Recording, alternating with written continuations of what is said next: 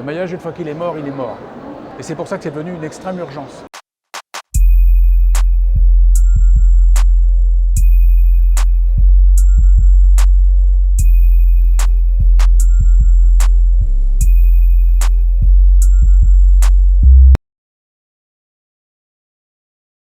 C'est vraiment retourner auprès des acteurs de terrain eux-mêmes, de façon à faire émerger les solutions des territoires et avec les particularités de chaque territoire. Chaque territoire est différent, ça peut être des handicaps géographiques, zones de montagne, ça peut être des handicaps de densité de population, ça peut aussi être des secteurs où aujourd'hui il n'y a pas de handicap, il y a assez de vétérinaires et assez de bovins, mais par contre il faudra envisager la suite parce que dans 5 ou 10 ans avec les retraites, on aura un problème. Maintenant on est à la fois, c'est ce qu'on a défendu, c'est pas de faire de la nouvelle installation, c'est aussi de maintenir le maillage. Le maillage, une fois qu'il est mort, il est mort.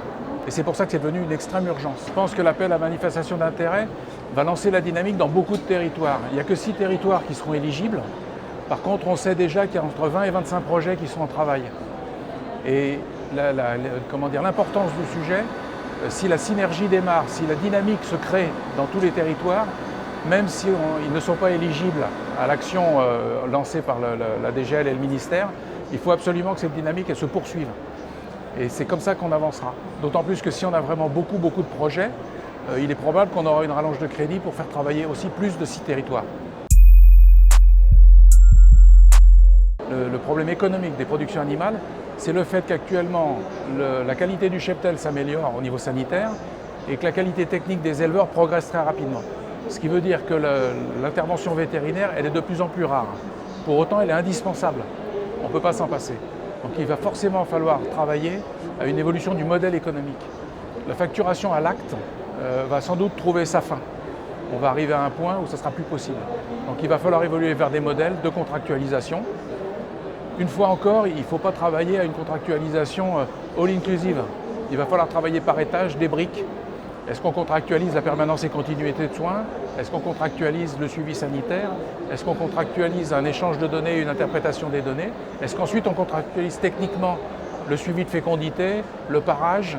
Désormais, je pense que l'avenir de la relation éleveur-vétérinaire, c'est la contractualisation, avec probablement un volet prévention qui va prendre de l'importance du fait de la contractualisation. Et ensuite, sur un autre modèle, qui est aussi en production animale, qui est le mandat sanitaire, où de la même façon, le statut sanitaire du cheptel français s'améliorant, on a de moins en moins d'interventions. On arrive à un système où il faudra absolument rémunérer l'épidémiosurveillance, qui est faite régulièrement par les vétérinaires au quotidien, mais aussi la disponibilité en cas de crise. On ne peut pas demander à une profession d'intervenir en cas de crise quand on l'oublie entre les crises. Donc le modèle de la contractualisation, il doit être aussi appliqué à la rémunération du mandat sanitaire globalement. Comme d'habitude, le Salon de l'agriculture, c'est à la fois des rencontres rapides qui permettent de prendre à tâche pour travailler plus tard sur les sujets.